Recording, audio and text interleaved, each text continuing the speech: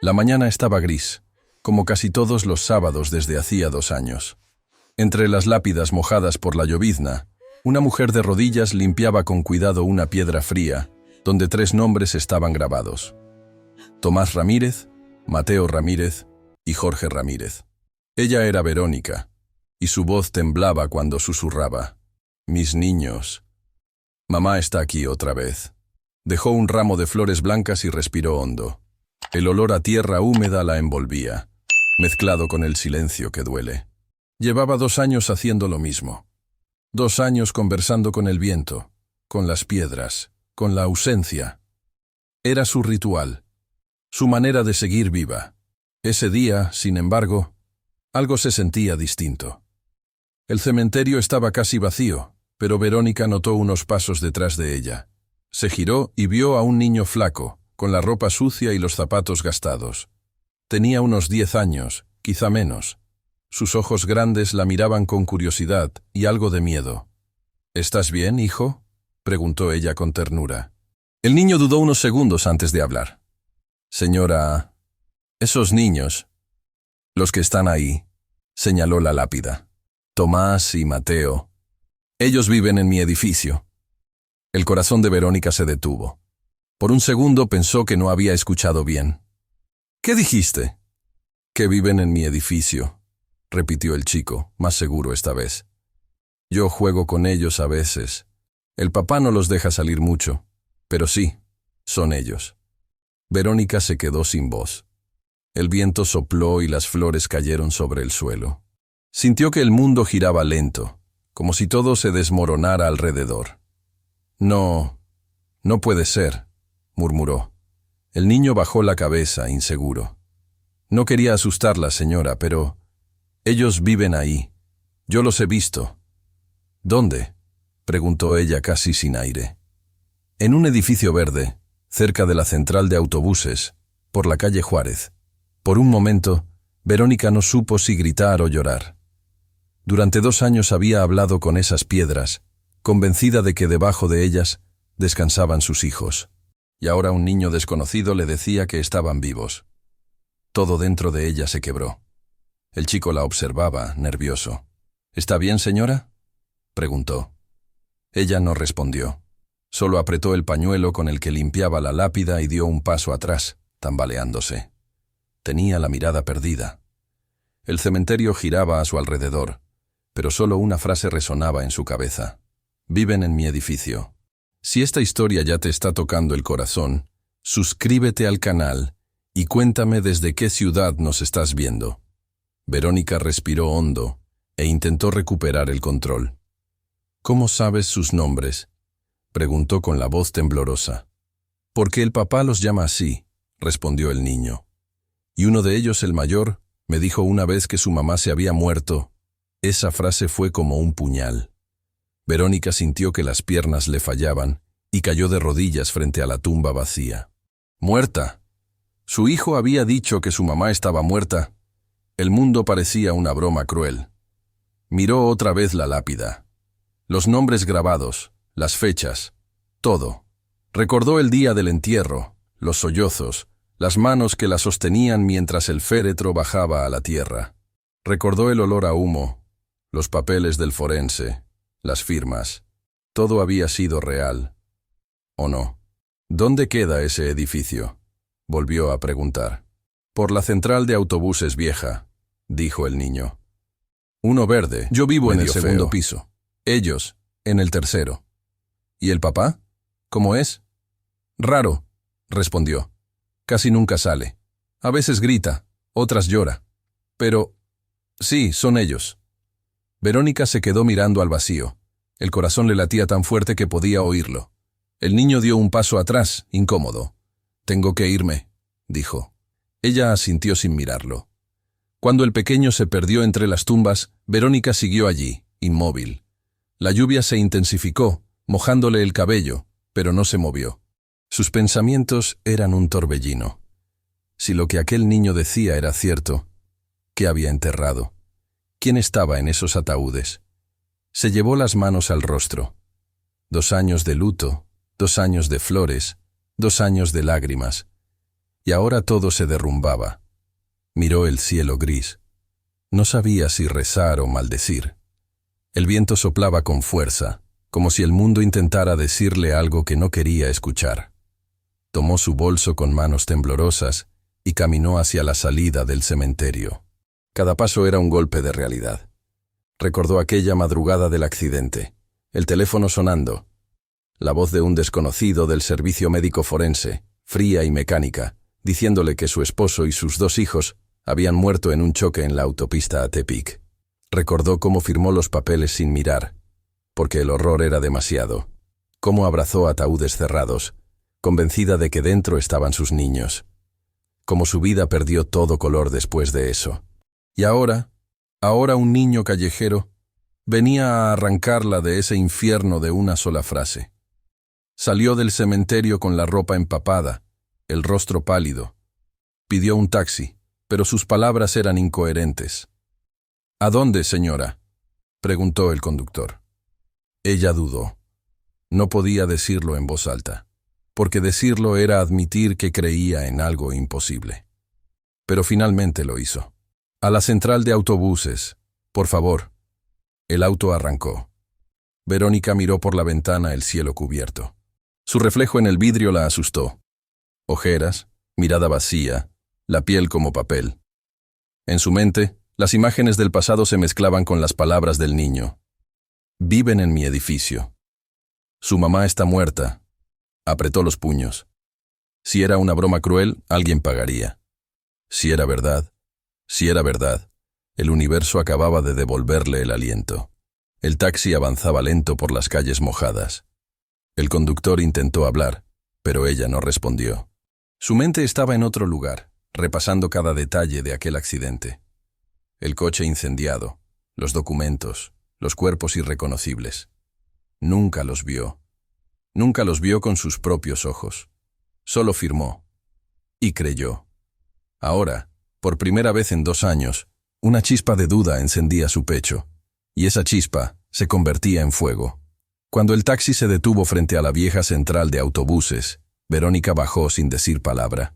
La lluvia se había convertido en aguacero. Frente a ella, la calle Juárez se extendía larga, llena de edificios antiguos y olor a humedad. Miró a su alrededor buscando un edificio verde. Y allí estaba. 3 pisos, ventanas rotas, fachada manchada, exactamente como lo había descrito el niño. El corazón le dio un vuelco. Sus piernas temblaban, pero siguió caminando. Cada paso la acercaba a una verdad que podía destruirla o salvarla. No sabía cuál. Frente a la puerta del edificio, dudó. El portón de metal estaba entreabierto. Escuchó voces lejanas, un televisor viejo, un perro ladrando. Todo parecía normal, pero nada era normal para ella. Cerró los ojos y respiró hondo. Si sus hijos estaban vivos, tenía que saberlo. Y si no, al menos moriría intentándolo. Subió el primer escalón. El sonido de sus pasos resonó en el pasillo vacío. El corazón golpeaba tan fuerte que podía oírlo en los oídos. 3er piso, puerta 304. Pero aún no se atrevió a tocar. Se quedó allí, inmóvil, con la mano temblando frente a la madera vieja. Porque detrás de esa puerta podía estar el fin, o el principio de todo. 2 años antes de aquella mañana en el cementerio, la vida de Verónica Ramírez era completamente distinta. No había silencio, ni flores, ni lágrimas. Había risas, ruido, olor a pan tostado y dibujos de colores pegados en la nevera. Vivía con sus 2 hijos, Tomás, de 7 años, y Mateo, de 5, en un pequeño departamento en Zapopan, un barrio modesto, pero lleno de vida. Tomás era inquieto, hablador, de esos niños que siempre tienen una pregunta nueva. Mateo, en cambio, era más tranquilo, el que se escondía detrás de la falda de su madre cuando alguien nuevo aparecía. Los 2 eran el centro del mundo de Verónica. Cada mañana, antes de salir a trabajar, les daba un beso en la frente y decía: «Pórtense bien y recuerden, mamá siempre vuelve». Trabajaba como asistente contable en una pequeña clínica dental. No ganaba mucho, pero alcanzaba para pagar el alquiler, los útiles escolares y alguna que otra pizza los viernes por la noche. Su vida era simple, y eso le bastaba. Hasta que Jorge, su esposo, empezó a cambiar. Durante años, había sido un hombre cariñoso, un padre presente. Pero tras perder su empleo como ingeniero en una empresa constructora, algo se quebró en él. Dejó de hablar. Pasaba horas frente al televisor o encerrado en el cuarto haciendo llamadas que Verónica nunca entendía. El dinero empezó a faltar. Las discusiones llegaron, pequeñas al principio, luego más intensas. Hasta que un día, él empacó una maleta y se fue. La separación no fue escandalosa. No hubo gritos ni abogados, solo cansancio. Una tarde, sentados en la mesa de la cocina, Verónica le dijo: «Ya no somos los mismos, Jorge». Y él, con los ojos vacíos, solo respondió: «Tal vez nunca lo fuimos». Firmaron el divorcio unos meses después. Aún así, Jorge siguió viendo a los niños cada fin de semana. Los recogía el sábado por la mañana y los devolvía el domingo al atardecer. Verónica no quería que perdieran el vínculo con su padre. Ella sabía que, a pesar de todo, él los amaba. Pero algo en esas visitas empezó a parecerle extraño. Jorge había alquilado una casa en las afueras, en una zona llamada Santa Elena, un lugar polvoriento, con calles sin pavimentar y pocas luces en la noche. Cuando ella preguntó por qué se había mudado tan lejos, él respondió con su tono cortante de siempre: «Es más barato. No te preocupes, los niños están bien». Y Verónica quiso creerle. Porque, ¿qué madre quiere imaginar lo peor? A veces, cuando los niños regresaban del fin de semana con su padre, traían historias confusas. «Papá dice que no debemos contarle nada a mamá», susurraba Mateo. «¿Nada de qué?», preguntaba ella. «De la casa nueva, de los amigos de papá», añadía Tomás mirando hacia el suelo. Verónica intentaba no darle vueltas. Pensaba que Jorge simplemente no quería discutir. Pero en el fondo, algo le oprimía el pecho. Una sensación, un presentimiento que no podía explicar. Poco a poco, empezó a notar otras señales. Llamadas en la madrugada. Mensajes de números desconocidos que él borraba apenas sonaban. Y un día, cuando fue a dejar a los niños, vio a un hombre esperándolo frente a la casa. Era alto, con tatuajes en los brazos y mirada dura. Jorge se puso nervioso al notar su presencia y cerró la puerta sin saludar. Esa fue la primera vez que Verónica sintió miedo. No por ella, sino por los niños. Pensó en hablar con él, en exigir una explicación, pero Jorge se volvió imposible de alcanzar. No contestaba llamadas. Solo aparecía los fines de semana para llevarse a los pequeños, siempre apurado, siempre mirando por encima del hombro. Hasta que llegó aquel domingo, cuando el teléfono sonó en plena madrugada. Y su vida cambió para siempre. Porque detrás de esa llamada, no solo se escondía una tragedia, también el principio de una mentira tan grande que tardaría años en descubrir. Eran las 3 de la madrugada cuando el teléfono comenzó a sonar. El sonido atravesó la oscuridad del pequeño departamento como un cuchillo. Verónica despertó sobresaltada. Su primer pensamiento fueron los niños. Tomás y Mateo estaban con Jorge ese fin de semana. Algo en su pecho le dijo que esa llamada no traía nada bueno. Tomó el celular con las manos temblorosas. En la pantalla, un número desconocido. Contestó con la voz aún dormida, pero ya cargada de miedo. ¿Hola? ¿Quién habla? Del otro lado, una voz masculina, firme, distante. ¿La señora Verónica Ramírez? Sí, soy yo. Hubo una pausa. El sonido de papeles moviéndose, y luego la frase que partiría su vida en dos. Lamento informarle que su exesposo, Jorge Ramírez, y 2 menores de edad, Tomás y Mateo Ramírez, fallecieron hace unas horas en un accidente automovilístico en la autopista a Tepic. Verónica no entendió, o no quiso entender. ¿Qué dice? No puede ser, susurró. El hombre repitió el mensaje con un tono casi mecánico, como si leyera un informe. El vehículo se incendió tras volcar. No hubo sobrevivientes. El teléfono cayó de sus manos. Sintió que el aire se iba de su cuerpo. Gritó, un grito seco, desgarrador, el grito de una madre que acaba de perderlo todo. Vecinos golpearon la puerta, preocupados, pero ella no podía hablar, no podía moverse, solo repetía una y otra vez: «No, mis hijos no». Horas más tarde, aún sin entender lo que estaba ocurriendo, Verónica se encontraba en el Servicio Médico Forense de Guadalajara. El olor a desinfectante y metal la hacía sentir enferma. Un funcionario con bata blanca le entregó una carpeta con los documentos. «Los cuerpos fueron encontrados dentro del vehículo», dijo sin mirarla. Estaban irreconocibles, pero la identificación se hizo por los papeles hallados y por una pieza dental. Verónica quiso verlos, necesitaba verlos, pero el hombre negó con la cabeza. «No se lo recomiendo, señora.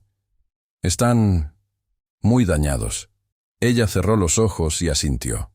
Firmó, porque no tenía fuerzas para otra cosa. El funeral fue al día siguiente. 3 ataúdes cerrados. Poca gente. Algunos familiares de Jorge, un par de compañeras del trabajo y la madre de él, una mujer dura que esa vez también lloraba sin consuelo. El sacerdote habló de resignación, de fe, de que Dios sabe por qué hace las cosas. Pero para Verónica, nada tenía sentido. Su mundo se había apagado. Durante días, el departamento permaneció en silencio. Las mochilas de los niños seguían junto a la puerta, los juguetes en el suelo, los platos a medio lavar. Verónica se negaba a tocar nada. Se pasaba horas sentada en la cama de Tomás, abrazando una camiseta pequeña, respirando el olor que aún quedaba. La gente intentaba ayudar. Su amiga Mariela le llevaba comida, le hablaba de terapia, de fe. Pero Verónica no escuchaba. Su alma estaba vacía. Pasaron las semanas. Ella dejó de ir a trabajar.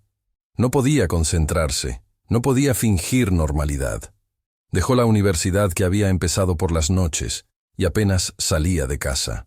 Hasta que un sábado, impulsada por algo que ni ella comprendía, fue al cementerio.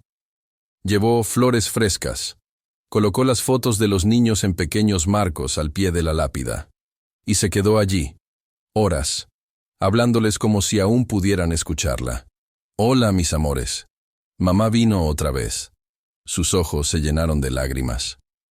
«Tomás, ibas a cumplir 8 años la próxima semana, y yo ya había comprado el chocolate para tu pastel». Sonrió con tristeza. «Mateo, mi amor, ¿sigues dibujando allá arriba? Seguro el cielo está lleno de tus garabatos». Ese momento se convirtió en su refugio. Cada sábado, sin falta, tomaba el autobús. Caminaba hasta la esquina del panteón y repetía su ritual: limpiar la lápida, dejar flores, hablar con ellos. Los cuidaba como si aún pudieran responder.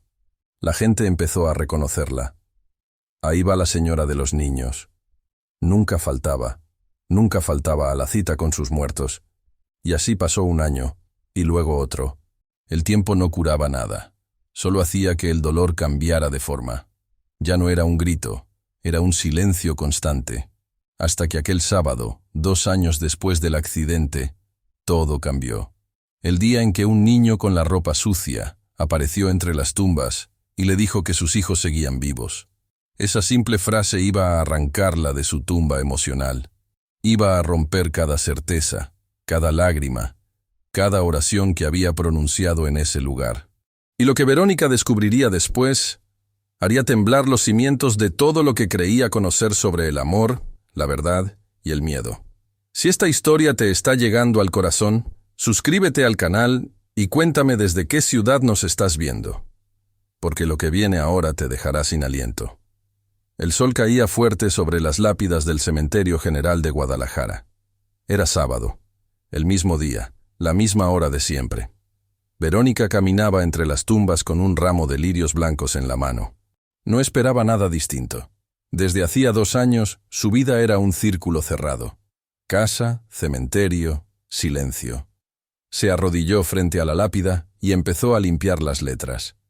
El mármol ya no brillaba como antes. El polvo del tiempo parecía haberse quedado pegado a su piel. Respiró hondo. «Hola, mis niños. Mamá está aquí otra vez». Colocó las flores en un florero de vidrio y se quedó mirándolas en silencio. Era su pequeño ritual de paz.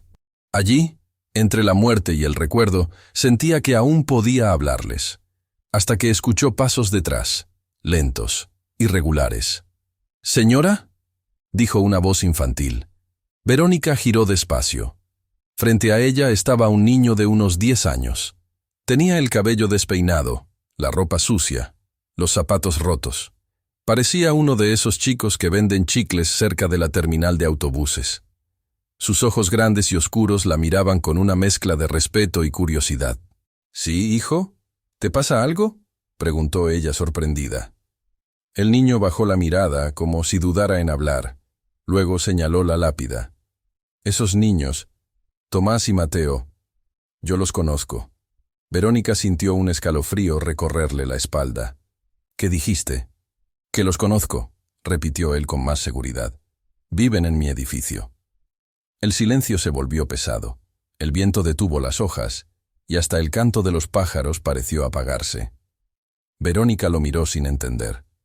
«No, hijo, eso no puede ser». «Mis hijos...». La voz se quebró. «Mis hijos están aquí». El niño negó con la cabeza. «No, señora. Yo juego con ellos a veces, en el pasillo. Uno se llama Tomás, el otro Mateo. El papá no los deja salir mucho, pero yo sé que son ellos». Verónica sintió que el suelo se movía bajo sus pies. Tuvo que apoyarse en la lápida para no caer. Su mente se negaba a procesarlo. 2 años de duelo, 2 años hablando con esas piedras. Y ahora un niño venía a decirle que todo era mentira. «¿Cómo sabes sus nombres?», preguntó, intentando mantener la calma. «Porque los escucho», dijo el chico encogiéndose de hombros. «El papá los llama así cuando los regaña. Y una vez, el mayor me dijo que su mamá estaba muerta». Las palabras le atravesaron el pecho como un cuchillo. Muerta. Él les había dicho que ella estaba muerta. El aire se le escapó. Las lágrimas empezaron a caerle sin permiso. «¿Dónde viven?», preguntó con urgencia. «Cerca de la central de autobuses, en la calle Juárez. Es un edificio verde, medio feo. Yo vivo en el 2.º piso, ellos en el 3.º». Verónica lo tomó suavemente del brazo. «¿Estás seguro?». El niño asintió. «Sí, señora. Los veo siempre por la ventana. A veces escucho que lloran. El papá grita mucho». Por un momento, ninguno habló. El viento soplaba, y las flores nuevas se movían sobre la tumba que ahora parecía una mentira. Verónica soltó el brazo del niño y dio un paso atrás. Sus piernas temblaban. No podía respirar bien. El corazón le golpeaba el pecho con fuerza. «Gracias», susurró apenas audible. «Gracias, hijo». El niño no entendió por qué ella lloraba. Solo bajó la mirada y se alejó corriendo entre las lápidas, dejando atrás un silencio que dolía. Verónica permaneció quieta. El cielo se había nublado. Una sombra se extendía sobre todo el cementerio. Miró otra vez la lápida. Tomás Ramírez. Mateo Ramírez. Las letras parecían burlarse de ella. Recordó la voz del funcionario del CEMEFO. Los cuerpos estaban irreconocibles. Recordó cómo firmó sin mirar. Cómo la convencieron de que no debía verlos. Todo encajaba. Demasiado bien. El dolor se mezcló con una sensación nueva. Rabia. Si había una mínima posibilidad de que sus hijos estuvieran vivos, ella no iba a quedarse llorando entre tumbas. No esta vez. Tomó su bolso, limpió las lágrimas con el dorso de la mano y salió casi corriendo del cementerio. El viento levantaba el polvo y el cielo comenzaba a tronar, pero no se detuvo. Pidió un taxi en la puerta, su voz apenas un hilo. «A la central de autobuses, por favor». El conductor la miró por el retrovisor. «¿Está bien, señora?». Ella no respondió. Solo repitió la dirección. El auto arrancó. Las calles pasaban frente a la ventana, difuminadas por la lluvia. Cada esquina le parecía un recuerdo. Cada semáforo, una duda. Cerró los ojos y se dijo a sí misma: «Si no es verdad, al menos sabré que lo intenté». Pero si lo es, no terminó la frase. Apretó el bolso contra el pecho, mientras una lágrima solitaria le corría por la mejilla. En su interior, algo se encendía. Una mezcla de esperanza y terror, porque nada en el mundo era más poderoso que la posibilidad de volver a abrazar a sus hijos, o descubrir que había vuelto a perderlos. El taxi avanzaba entre el ruido del tráfico y el golpeteo constante de la lluvia. Verónica miraba por la ventana sin realmente ver nada. El corazón le latía tan fuerte que cada latido le retumbaba en los oídos. Afuera, la ciudad seguía su curso. Gente con paraguas, vendedores cerrando puestos, autobuses viejos escupiendo humo. Pero dentro del coche, todo era un silencio cargado, una mezcla de miedo y esperanza. ¿Dónde dijo, señora?, preguntó el conductor, rompiendo el aire pesado.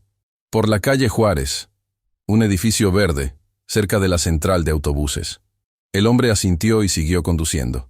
20 minutos después, el taxi se detuvo frente a un edificio tan viejo que parecía sostenerse solo por costumbre. La pintura verde estaba descascarada, las ventanas rotas, las paredes manchadas de humedad. Verónica lo miró desde la acera, empapada por la lluvia, y sintió un escalofrío recorrerle la espalda. Ese lugar olía a abandono, pero también, de algún modo, a verdad. Pagó al taxista, respiró hondo y se acercó al portón. El metal oxidado crujió al empujarlo. Dentro, un pasillo estrecho, oscuro, con cables colgando del techo y el eco de televisores encendidos en distintos pisos. El olor a humedad era tan fuerte que casi podía saborearse. Subió las escaleras, una mano apoyada en la baranda fría, la otra apretando el bolso contra el pecho. Cada paso parecía un desafío. ¿Y si el niño se equivocó? ¿Y si esto era una broma cruel? Pero una parte de ella sabía que no. Algo profundo en el pecho le decía que estaba en el camino correcto. Primer piso. Segundo. Las paredes cubiertas de grafitis, las puertas viejas, los ruidos de platos, de radios, de vida. Cuando llegó al tercer piso, se detuvo. Había 3 puertas. En la del medio, una placa oxidada con el número 304. El corazón le dio un vuelco. Cerró los ojos un momento y se obligó a respirar. Si mis hijos están ahí. Si de verdad están ahí. Tocó la puerta una vez. Nada. Esperó. Tocó de nuevo, más fuerte. Dentro se oyó movimiento, pasos apresurados, un murmullo. La cerradura giró se abrió solo unos centímetros. Y entonces lo vio. Jorge, más delgado, con la barba crecida, los ojos hundidos y una expresión que mezclaba sorpresa y terror. Por un momento ninguno de los dos habló. Solo se miraron, como si el tiempo se hubiera detenido. Hasta que ella, con la voz quebrada, susurró: «¿Estás vivo?». Jorge no respondió. Solo abrió la puerta un poco más, y entonces Verónica los vio. 2 niños sentados en el sofá viejo del fondo. Los 2. Tomás, Mateo, vivos, creciendo. Reales. Por un segundo el mundo se volvió borroso. La vista se le nubló, las piernas no la sostuvieron. Se cubrió la boca con las manos. Un gemido ahogado salió de su pecho. No puede ser. Los niños se quedaron inmóviles. Tomás, el mayor, frunció el ceño, confundido. Mateo miró a su padre y luego a la mujer en la puerta. «Papá, ¿quién es esa señora?». Verónica cayó de rodillas. Lloraba sin poder hablar. «Soy yo», dijo entre sollozos. «Soy mamá». Jorge dio un paso atrás, pálido, tambaleante. Sabía que el secreto había terminado. Todo lo que había escondido durante 2 años estaba ahí, frente a él, respirando, llorando. La mentira se desmoronaba. Tomás retrocedió un poco, aferrándose a la manga del padre. «Papá, ¿qué pasa?». Mateo, más pequeño, observó a la mujer llorando. Su rostro le resultaba extrañamente familiar. Y entonces, en un impulso puro, corrió hacia ella. «¡Mamá!», gritó, y se lanzó a sus brazos. Verónica lo abrazó con tanta fuerza que sintió que podía romperse. Su cuerpo entero temblaba. El olor del cabello del niño, el calor de su piel, todo era real. No era un sueño, no era un fantasma. Era su hijo. Tomás los miraba, confundido, con lágrimas en los ojos, sin saber si creer o no lo que veía. El padre, apoyado en la pared, parecía a punto de desmayarse. La voz de Verónica era apenas un susurro. Están vivos. Mis hijos están vivos. Y en ese instante, todo dentro de ella se mezcló. El alivio, el amor, la rabia, el horror. Porque si ellos estaban vivos, significaba que alguien la había condenado a 2 años de infierno por una mentira. Su mirada se alzó lentamente hacia Jorge, los ojos enrojecidos, el rostro empapado de lágrimas y lluvia. Y lo único que logró decir fue: «¿Qué hiciste, Jorge?» «Por favor, Verónica», murmuró él, «déjame explicarte». Pero ya era tarde. La verdad estaba a punto de salir. Y nada, absolutamente nada, volvería a ser igual. El silencio dentro del departamento era tan denso que se podía oír el latido del corazón de Verónica. Aún de rodillas, con los brazos alrededor de Mateo, miraba a Jorge sin entender nada. Él respiraba agitado, con la mirada perdida, como si tuviera frente a él un fantasma. «Verónica», susurró con voz temblorosa. «Yo puedo explicarlo». Ella se levantó despacio, sin soltar al niño. «¿Explicarlo?», repitió, con una mezcla de dolor y furia contenida. «¿Cómo se explica algo así? ¿Cómo se explica que me hayas hecho enterrar a mis hijos?». Tomás, que seguía cerca de la pared, observaba sin comprender. Sus ojos iban del padre a la madre, intentando unir las piezas. «Papá, ¿qué quiere decir?», preguntó en voz baja. Jorge no respondió. Solo pasó una mano por su rostro, como si intentara borrar la vergüenza. Verónica dio un paso hacia él. «¿Qué hiciste, Jorge? Dímelo ahora». Él tragó saliva, incapaz de sostenerle la mirada. «Estaba desesperado», empezó con la voz quebrada. «Tenía deudas, mucha gente peligrosa. No solo dinero, Verónica. Ellos amenazaron con venir por ti. Por los niños. No sabía qué hacer». Ella lo miraba en silencio, el rostro helado. «Entonces fingiste sus muertes», dijo finalmente, como si pronunciara una sentencia.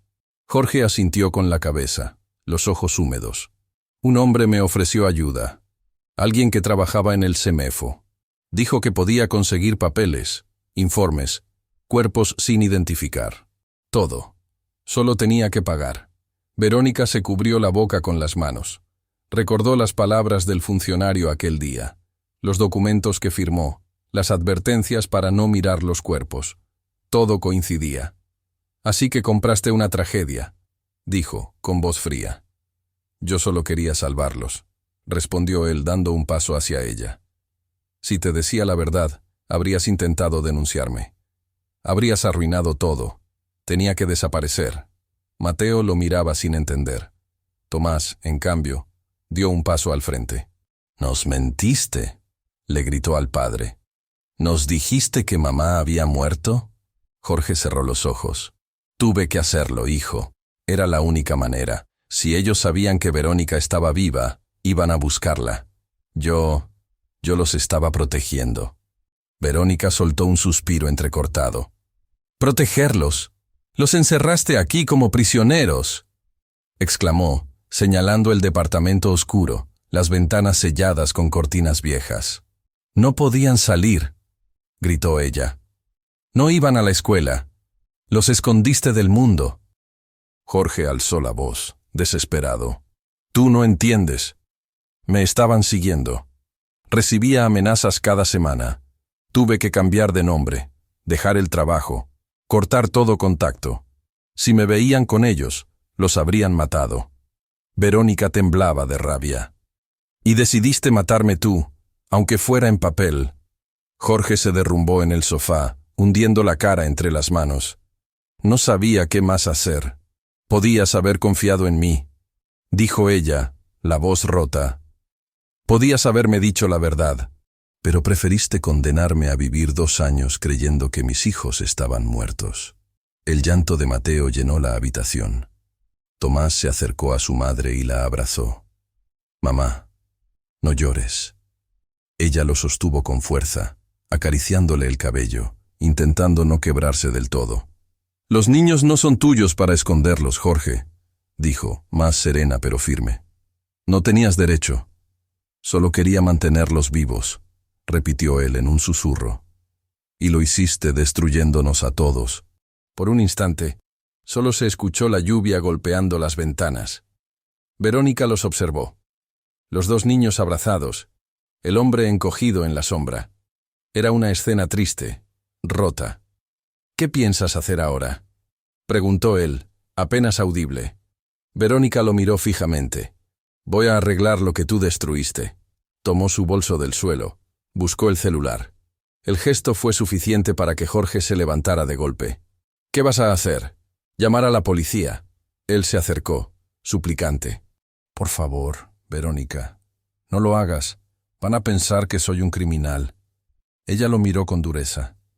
«No necesitas que lo piensen, lo eres». Jorge cayó de rodillas. «Lo hice por amor». «El amor no miente, Jorge», respondió, conteniendo las lágrimas. «El amor no te entierra vivo». Mientras marcaba el número, sus manos temblaban.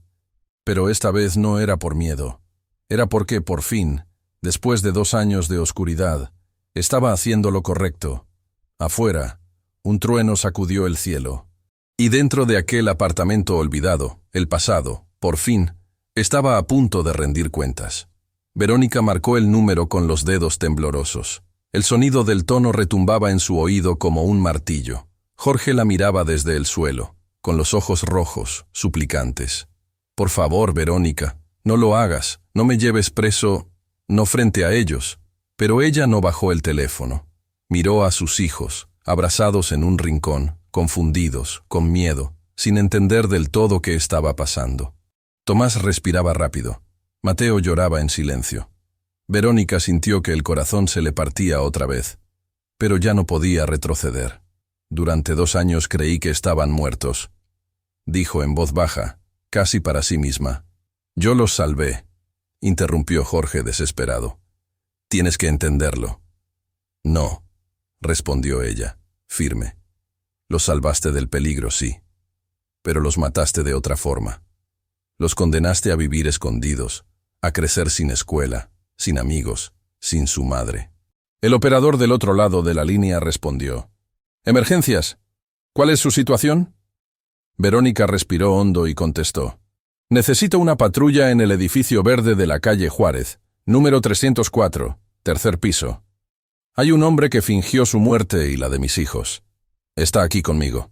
Jorge se levantó de golpe y le quitó el teléfono de las manos. «Estás loca. Van a quitarme a los niños». Ella retrocedió, poniéndose frente a Tomás y Mateo como si pudiera protegerlos con su cuerpo. «Ya te los quitaste tú, Jorge». Él dio un paso más, fuera de sí, pero entonces Tomás se interpuso. «Papá, basta», gritó con una voz tan fuerte que los 3 se quedaron quietos. El niño lo miró con una mezcla de rabia y tristeza. «Nos mentiste. Dijiste que mamá estaba muerta». Las lágrimas corrían por su rostro. «Nos mentiste todos los días». Jorge bajó la cabeza, derrotado. El teléfono volvió a sonar en el suelo, y Verónica lo tomó. «Sí, sigo aquí», dijo al operador. «Vengan pronto, por favor». Pasaron 20 minutos que parecieron eternos. Nadie hablaba. El único sonido era el de la lluvia cayendo sobre las ventanas.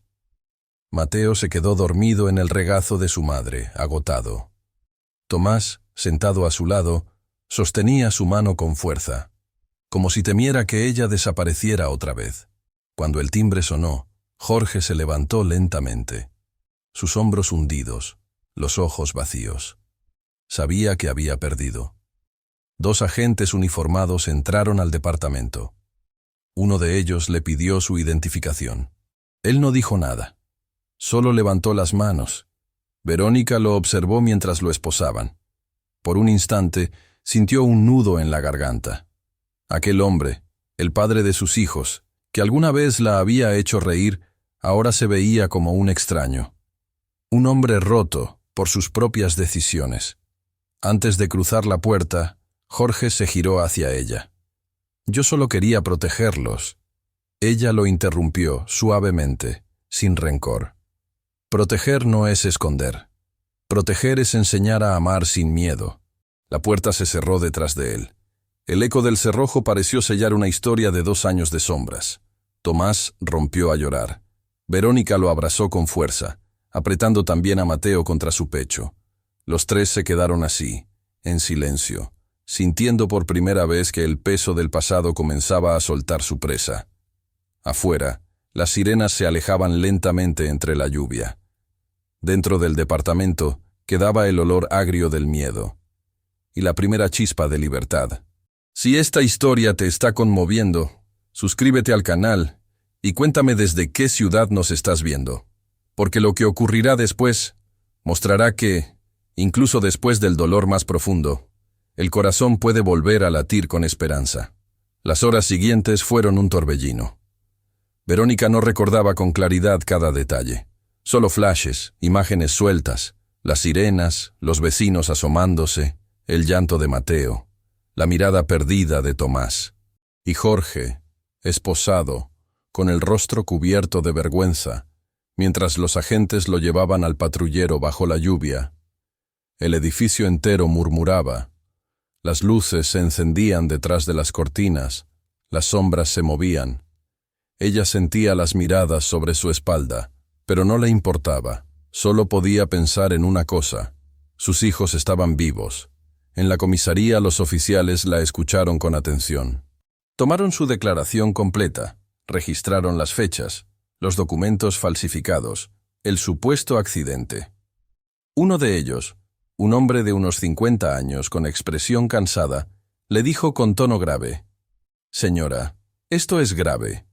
Su esposo va a enfrentar varios cargos: falsificación de documentos, fraude, ocultación de cadáver y sustracción de menores».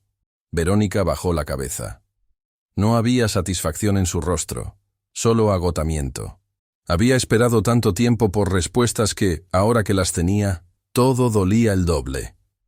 A las pocas horas, el caso salió en los noticieros locales. Las palabras «padre finge muerte de sus hijos para ocultarse» aparecieron en los titulares. Pero ella no los leyó. Apagó la televisión. No quería convertir su dolor en espectáculo. Pasaron los días, y la vida comenzó a reorganizarse lentamente. Los niños fueron revisados por médicos y psicólogos. Estaban delgados, nerviosos, con pesadillas. Tomás no quería dormir solo, y Mateo despertaba llorando cada madrugada, buscando el rostro de su madre para asegurarse de que no desapareciera otra vez. Verónica los llevó a un nuevo hogar, un departamento pequeño en Tlaquepaque, lejos del barrio donde todo había ocurrido. Allí empezaron de cero. Las primeras semanas fueron difíciles. El miedo aún vivía en cada rincón. Los niños se sobresaltaban con cualquier ruido, desconfiaban de las personas, y Verónica luchaba con la culpa. Se sentía responsable de no haber sospechado antes, de haber creído tan ciegamente. Un día, recibió una llamada del Ministerio Público. Le informaron que Jorge había confesado todo, que no intentó defenderse, solo repitió una y otra vez que lo hizo por amor. El juicio fue rápido, las pruebas eran abrumadoras, los registros falsos del CEMEFO, los pagos en efectivo, la identidad cambiada, las declaraciones de los vecinos. Fue condenado a 6 años de prisión en el penal de Puente Grande. Cuando la sentencia se leyó, Verónica no lloró, solo cerró los ojos. No porque sintiera alivio, sino porque, por fin, algo tenía un punto final. Los meses siguientes estuvieron llenos de silencios. Los niños empezaron terapia familiar. El psicólogo les enseñó a dibujar lo que no podían decir con palabras. Mateo llenaba hojas con soles grandes y montañas. Tomás dibujaba puertas abiertas, como si buscara una salida de todo lo vivido. Verónica volvió a trabajar, despacio. Sus compañeras la recibieron con abrazos, pero ella ya no era la misma. El miedo se había vuelto parte de su sombra.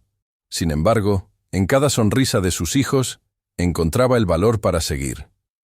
Una tarde, mientras los tres caminaban por el parque, Tomás la tomó de la mano y preguntó: «¿Mamá? ¿Papá sigue vivo?» Verónica lo miró a los ojos. «Sí, hijo. Está en un lugar donde tiene que pensar en lo que hizo. ¿Y nosotros podemos verlo?» Ella dudó unos segundos. «Algún día, cuando estén listos». El niño asintió, sin decir más. El sol se escondía detrás de los árboles, y por primera vez en mucho tiempo, Verónica sintió que la vida le daba una tregua. La justicia había hablado. Pero más allá de los tribunales, el verdadero juicio ocurría dentro de su corazón. Porque perdonar no era olvidar, sino entender que incluso el amor más torcido puede nacer del miedo. Y aunque las heridas tardaran en cerrar, al menos ahora, por fin, podía respirar. Los meses siguientes fueron una mezcla de alivio y caos. Verónica había recuperado a sus hijos, sí, pero también tenía que aprender a vivir con los fantasmas que Jorge había dejado atrás. Nada volvió a ser simple, ni dormir, ni reír, ni siquiera caminar por la calle sin mirar hacia atrás. En Tlaquepaque, el nuevo departamento olía a pintura fresca y esperanza. No era grande, pero estaba lleno de luz. Las primeras noches, los tres durmieron juntos en la misma cama. Mateo no podía cerrar los ojos si no sentía el brazo de su madre sobre su pecho. Tomás se despertaba a medianoche, empapado en sudor, y la llamaba desde su habitación. El miedo no desapareció de inmediato. Se despegaba de ellos poco a poco, como polvo del alma.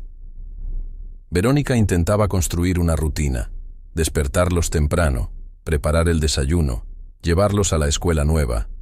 Al principio, los niños no querían ir. Mateo lloraba en la puerta.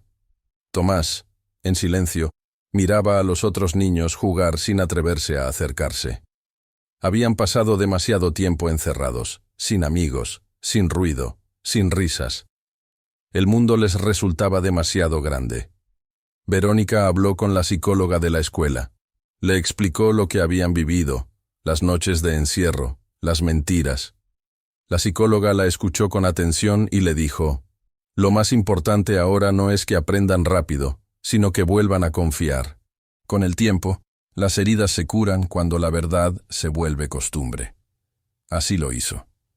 Les hablaba cada noche con calma, sin ocultar nada, pero sin cargarles el peso del odio.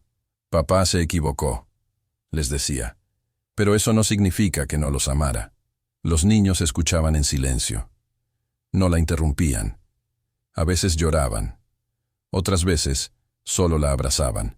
Verónica volvió a trabajar en la clínica contable. Sus compañeras la recibieron con una mezcla de sorpresa y ternura. «Eres un milagro», le dijeron. Ella sonrió con discreción. No se sentía un milagro, pero sí una sobreviviente. Por primera vez en años, empezó a ahorrar de nuevo. Compró muebles de segunda mano, una alfombra colorida, una mesa pequeña donde los niños podían dibujar. Las tardes se llenaron de lápices, papeles y crayones. Mateo dibujaba soles, montañas, pájaros.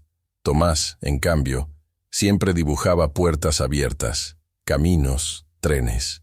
Cuando ella le preguntó por qué, él respondió con una frase que la dejó sin voz. «Porque ahora podemos salir». Los fines de semana iban al parque.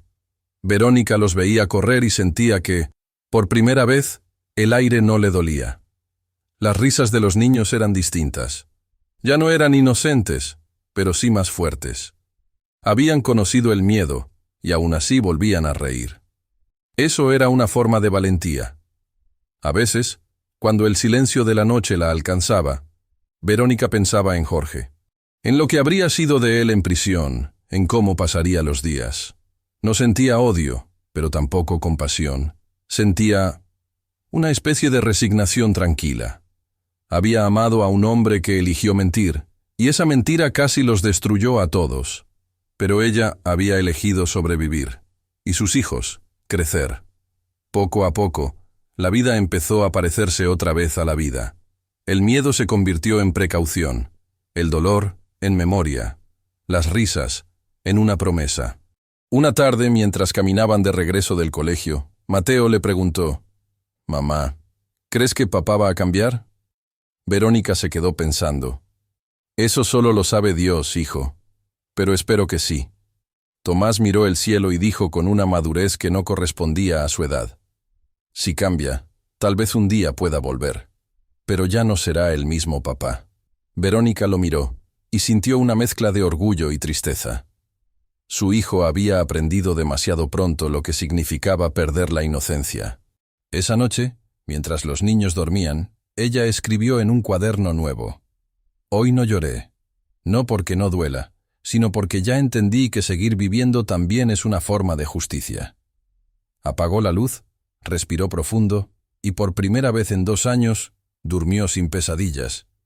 Había comenzado la reconstrucción. Y aunque todavía quedaba mucho por sanar, la verdad, esa verdad tan dura, tan cruel, ahora los protegía más que cualquier mentira. Habían pasado 3 meses desde la sentencia. El calendario en la cocina de Verónica marcaba los días con pequeños círculos rojos, uno por cada semana sin sobresaltos. La casa estaba tranquila, los niños más serenos, pero en el fondo de su alma quedaba una pregunta que no la dejaba dormir. ¿Debía llevarlos a ver a su padre? La psicóloga lo había sugerido con cuidado. Los niños necesitan entender que su padre sigue existiendo, le había dicho. No como un monstruo, sino como una persona que se equivocó. Verónica pensó en eso durante semanas. No quería reabrir heridas, pero también sabía que, si huían del pasado, ese miedo seguiría respirando detrás de cada puerta. Finalmente, un viernes por la tarde, tomó la decisión. Preparó a los niños, les explicó a dónde iban con palabras simples. Mateo se mostró nervioso. Tomás, en cambio, no dijo nada, solo apretó la mano de su madre con fuerza. El camino hacia el penal de Puente Grande fue silencioso. El coche avanzaba por la carretera bajo un cielo nublado y Verónica sentía que el aire pesaba más con cada kilómetro. Cuando por fin vieron las torres grises del edificio, Mateo preguntó en voz baja: «¿Ahí vive papá?» «Por ahora sí, hijo», respondió ella. El control de ingreso fue lento. Mostraron documentos, pasaron por detectores de metal, esperaron en una sala pequeña de paredes amarillentas. El tiempo parecía detenido. Hasta que una guardia anunció: «Pueden pasar». Jorge estaba sentado al otro lado del vidrio, con el uniforme beige y el rostro pálido. Había adelgazado aún más. El cabello, ahora casi rapado, le daba un aire de cansancio profundo. Cuando los vio, se levantó de golpe. Sus ojos se llenaron de lágrimas. Mateo lo miró con una mezcla de curiosidad y miedo. Tomás, en cambio, se quedó quieto, serio. Verónica se sentó frente a él, el teléfono en la mano. Durante unos segundos, ninguno habló. Hasta que Jorge murmuró: «Gracias por venir». Ella no respondió, solo lo observó. El hombre que una vez había amado parecía otro. Una sombra de lo que fue. «No vine por ti», dijo finalmente. «Vine por ellos. Ellos merecen saber que su padre sigue vivo, aunque haya cometido errores». Jorge asintió, bajando la mirada. «Lo sé. No espero que me perdones». Verónica respiró hondo. «No sé si puedo». Hubo una pausa larga. Él levantó los ojos, con lágrimas contenidas. «Yo perdí todo, Verónica. Mi trabajo, mi vida». «No lo perdiste todo», respondió ella.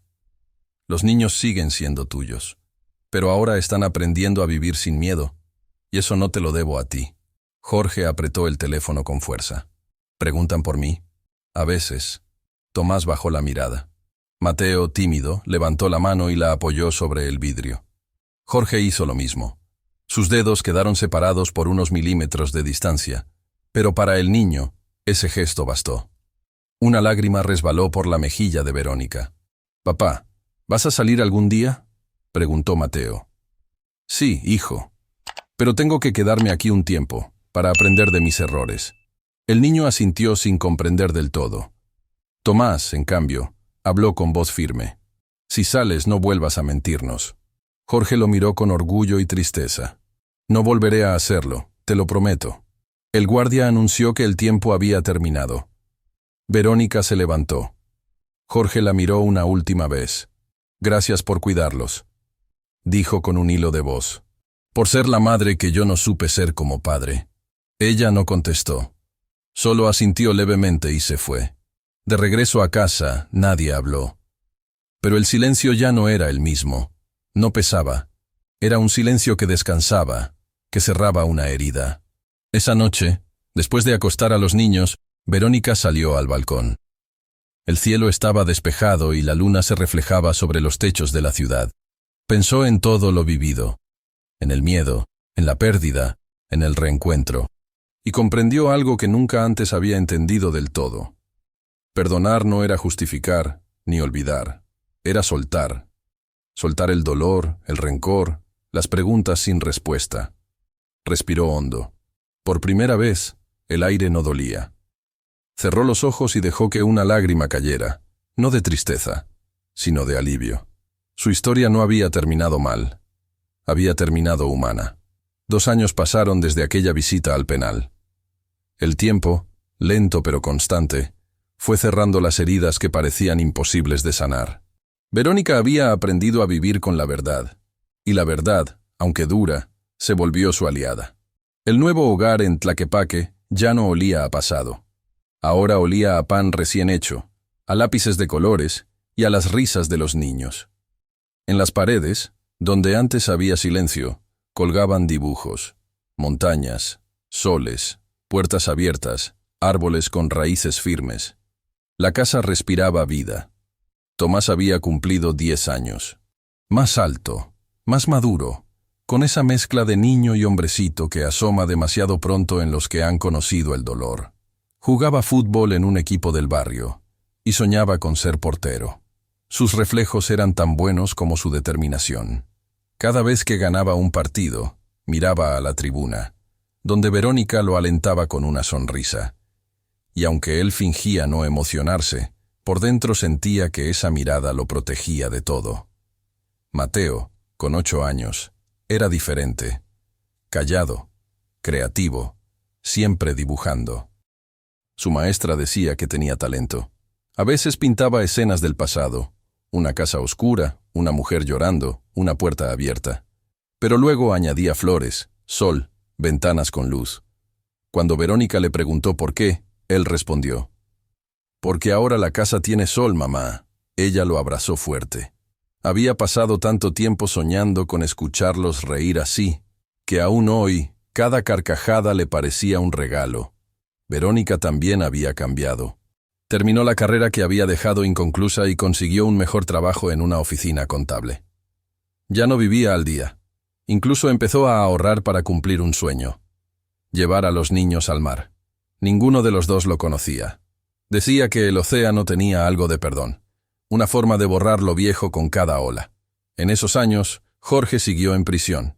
A veces los niños preguntaban por él, y cuando lo hacían, Verónica respondía con serenidad. Les decía que estaba aprendiendo a ser una mejor persona. No hablaba de odio ni de venganza, porque comprendió que cargar con rencor era como seguir atada a una cadena invisible.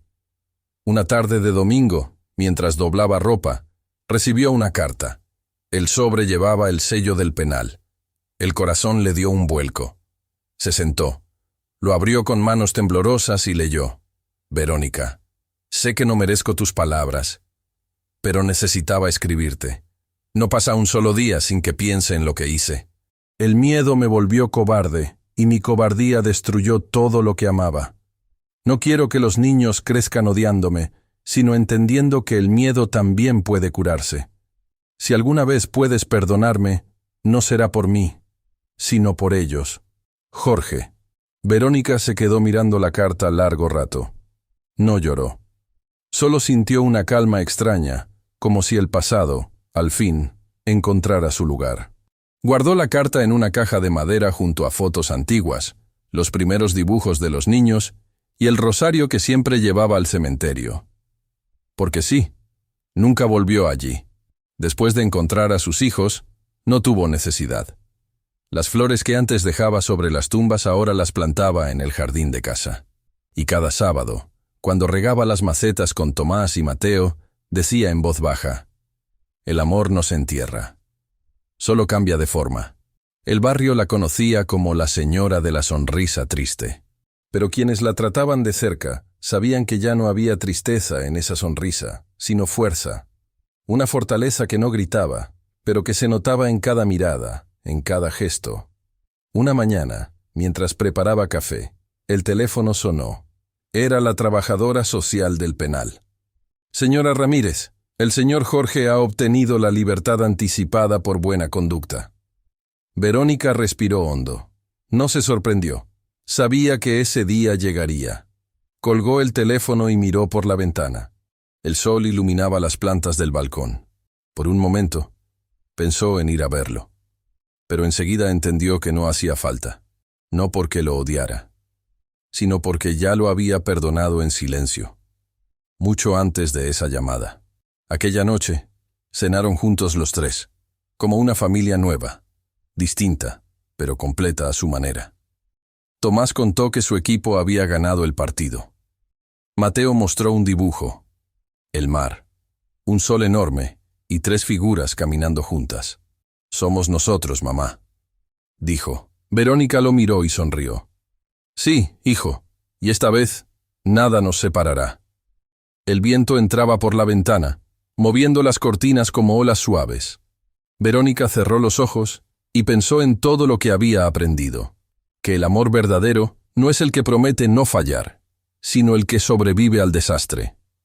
Que perdonar no significa olvidar, sino decidir no seguir sangrando por la misma herida. Y que, a veces, la vida te da otra oportunidad, no para cambiar lo que pasó, sino para escribir un final distinto. Porque el dolor la transformó, pero no la venció. Y ahora, con sus hijos a su lado, podía mirar hacia adelante y decir, sin miedo, que había vuelto a vivir.